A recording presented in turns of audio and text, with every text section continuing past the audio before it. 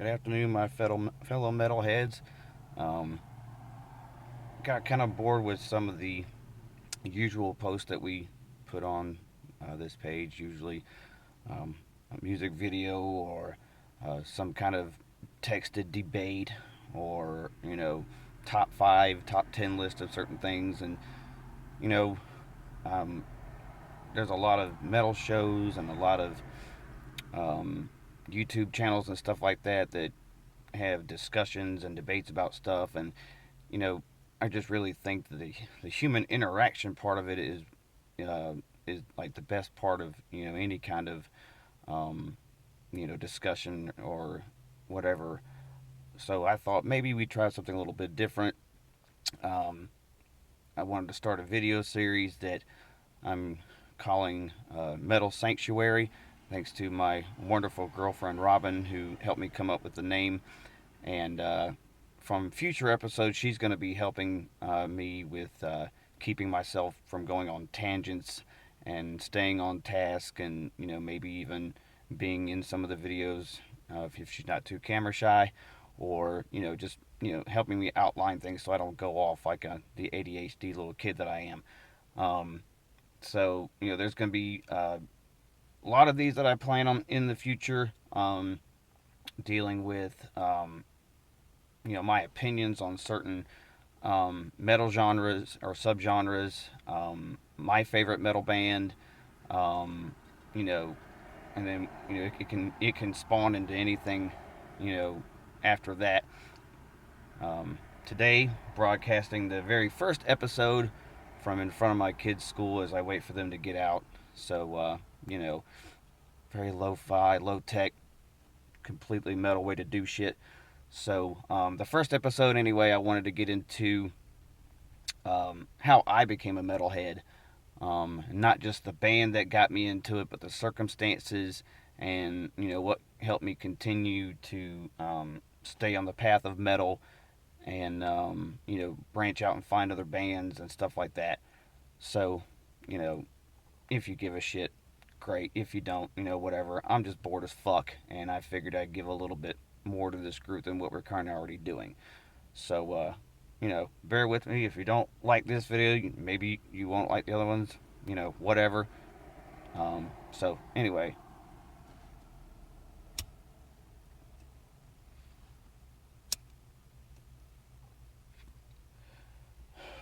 first thing I wanted to talk about in this series was how I became a metalhead, the wins and wears and everything like that. I was probably 13 or so, 12 or 13. It was 1991, I believe, summer of 91. I was at a youth camp,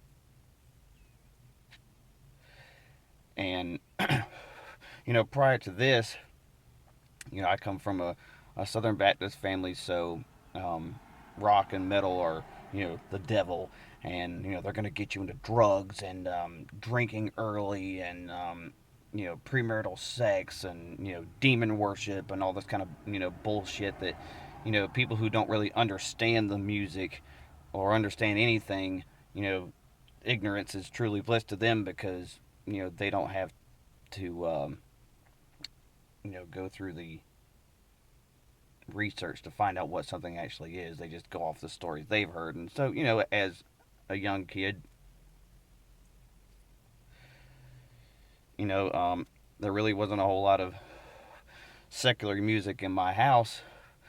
So, in like the radio stations in town, it's a small town in Sumter, South Carolina, the radio stations playing gospel and classical music and country music and whatever news radio.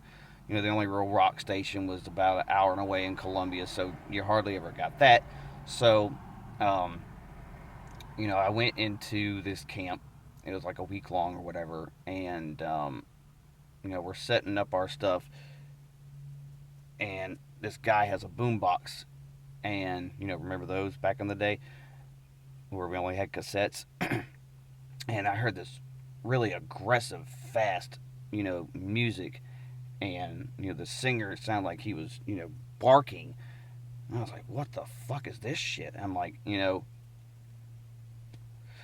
is definitely not gospel or country, and I didn't know the name of the band, and this guy comes running through the barracks or whatever you want to call it, and he's got a broom that he's pretending to play guitar, and he's jumping up and down, and he's going Metallica. And I was like, okay, well that's a word I've never heard, so I'm gonna just assume that's the name of the band. And the song was Harvard Shortest Straw off the And Justice for All album, and I just remember hearing that song and going, I need to find more of this. So eventually, through a friend at school, somehow I got a dub tape copy of And Justice for All album, and I listened to that countless times, and um, over the years in school, I wasn't allowed to, have that kind of music, so I would always have friends dub the tapes for me, and that way I knew what was on them and they didn't, and I can just kind of hide them, and whatever, didn't put anything on them, and generally most of the tapes were kind of different looking on the outside with different colors or designs or whatever, so I knew which tapes they were, for my own little organizational skills. So that's what got me into it. And then later on, back in the days when MTV played music, music television, fucking music's actually on here, not this dumbass reality bullshit. So you get to watch the music videos, and I started getting into the hard rock bands of the time, the Motley Crues, um, the Poisons, the Guns N' Roses, Metallica, Ozzy, stuff like that. And you know that just kind of fueled my fire to get into this music, because you know, a lot of people, for backgrounds, when they say what drew them to metal, as far as there being like a rebellious thing. I wasn't a rebellious teenager. I did stupid shit, but I mean, I didn't do anything too major. Getting arrested, doing drugs, that stupid shit. But you know, I didn't come at that point, um, from a broken home or anything like that. So I had what I would consider a normal upbringing. It was just that the music was so powerful and just so aggressive. And at the time, I wasn't even really paying attention to the lyrics so much. It was just like just the fast-paced nature of it, and that's what drew me into it.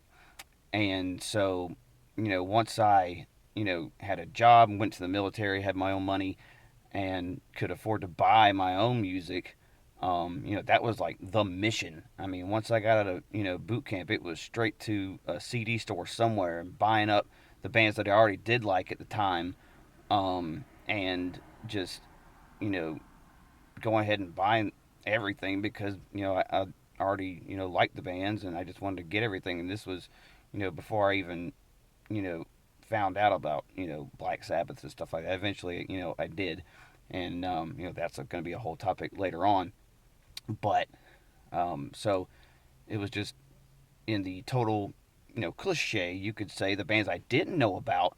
Um, I heard about, but I never listened to, like Iron Maiden and Slayer and stuff. It was pretty much, you know, I stayed away from that for a long time when I was younger, just because there was still, even though I was very interested and very much into heavy metal, there were still some areas I wasn't really quite ready to go yet, because of my Christian upbringing and everything, and but I would the first Iron Maiden album I ever got. I bought their first one. It was in like 1999, so it was well way after, almost 20 years after they first put it out. I remember seeing the cover, and I'm just like, that's the cliche, for most people who eventually get into metal, especially in the early days. It was like you saw the metal cover and you're like, this is badass. What's the music going to be like? And I immediately loved Iron Maiden, and did everything I could to get everything on of their collection. Um, Eventually finding Judas Priest, and getting into Slayer, which I already had heard about Slayer from a music video on MTV. You know, and I think it was War Ensemble was the first Slayer song I'd ever heard, and it was on Headbangers Ball, which I very rarely was ever to catch, because it came on late, and in my household, the house itself wasn't all that big, so you kind of had to see how you could get away with it. Um, so that's what got me into it. What kept me into it was, you know, unlike other musical fads, that came up through the time when I started listening to metal in the early '90s. The alternative, the grunge, and the newer wave of hip hop and R&B and stuff. It just didn't grab me. Like, I gave it a shot. I'm a very open-minded person, which a lot of people don't understand about metalheads. We're actually very open-minded because if you really think about it, metal is such a taboo music, especially in the early '80s, that not everybody was getting into it because it was this unholy music, and you really did have to actually have an open mind to listen to it. Um, so I was open minded to listen to all these other genres of music, and they just didn't catch me. And there just wasn't any kind of feeling that I would ever get from it, and not necessarily even the lyrics of the songs. At that point in time, it was just the raw power of energy and emotion of the music, the instrumentation. That when I hear a lot of people say, well, metal is always there for me. If I'm in a pissed off mood or I don't not feeling good, this, that, and the other.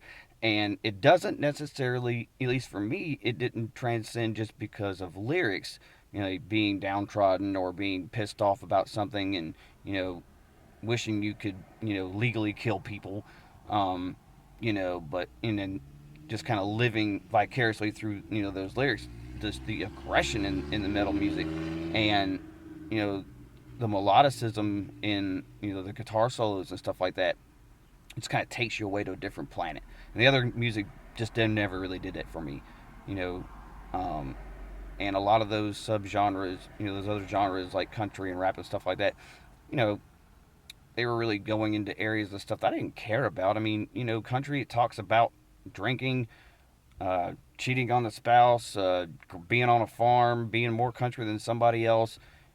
Hip hop went from the original people doing about social injustices and stuff like that to then it became about how much money they had and how big the rims were on their fucked up looking car and stuff like that. But metal, there was a wide variety of topics it covered, and they always stayed in that topic range.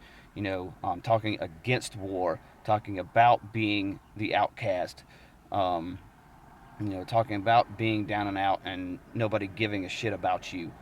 So that's what kept me in it, and I think that's why metal has survived to this day, and why the bands who forged everything, Judas Priest, Iron Maiden, Black Sabbath, Metallica, Megadeth, Slayer, the list goes on. The songs that they did when they first started are still relevant today. You just take a song like Peace Sells. I mean, that's back in '86, you know, and it still rings true today. Would have rang true, 10, 15 years before it came out.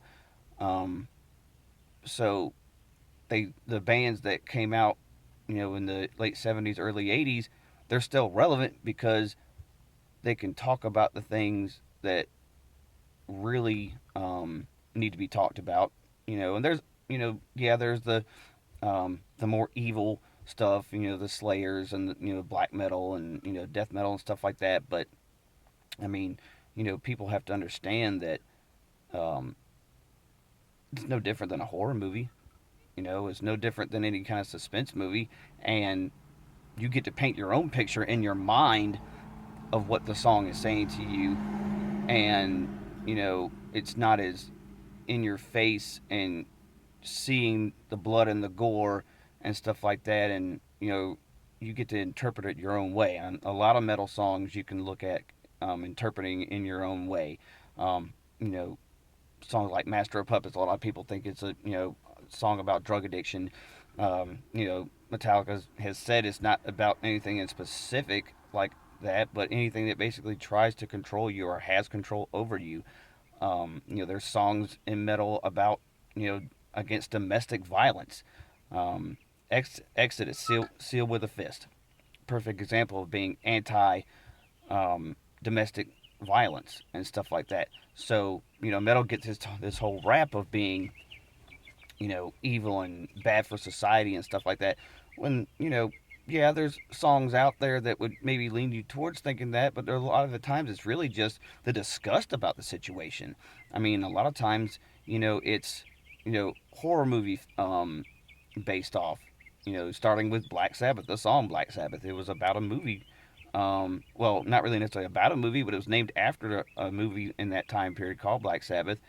And you start off with in the horror direction, and then you go into politics and war, and stuff like that. So while a lot of people think that it's got to be a black and white situation with metal, it's really not. There's a really huge gray area, and even you know, dare I say, colorful area of it where it just goes all over these things.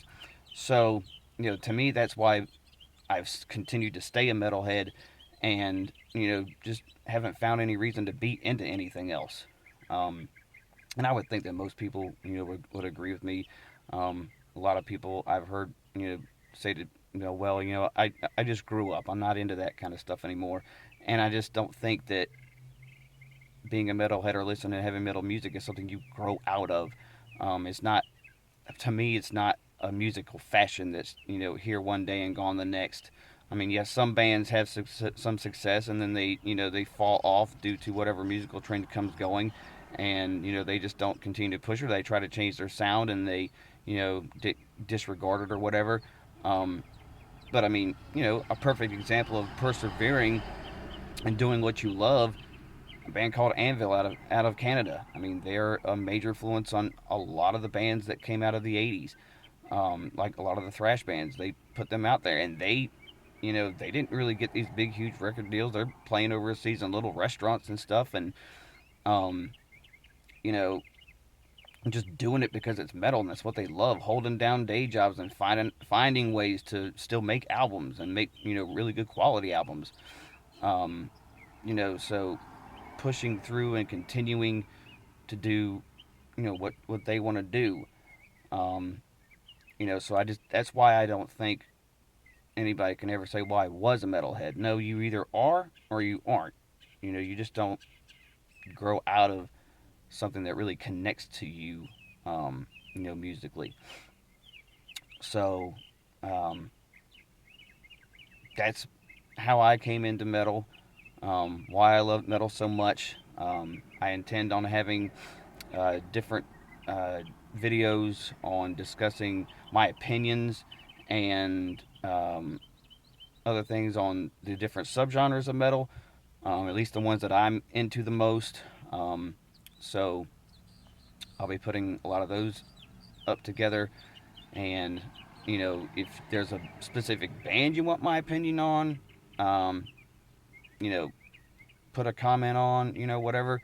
Let me know. I have no opinion giving my, or no problem giving my opinion on the band. Um, you know, how much I do like or don't like them. If I really like them a whole lot, I might even give you my top 5 albums by this band and discuss them and stuff like that. Kind of the whole goal I really want with this video series is try not to stick to so many texted comments. See if you can put a video comment on there.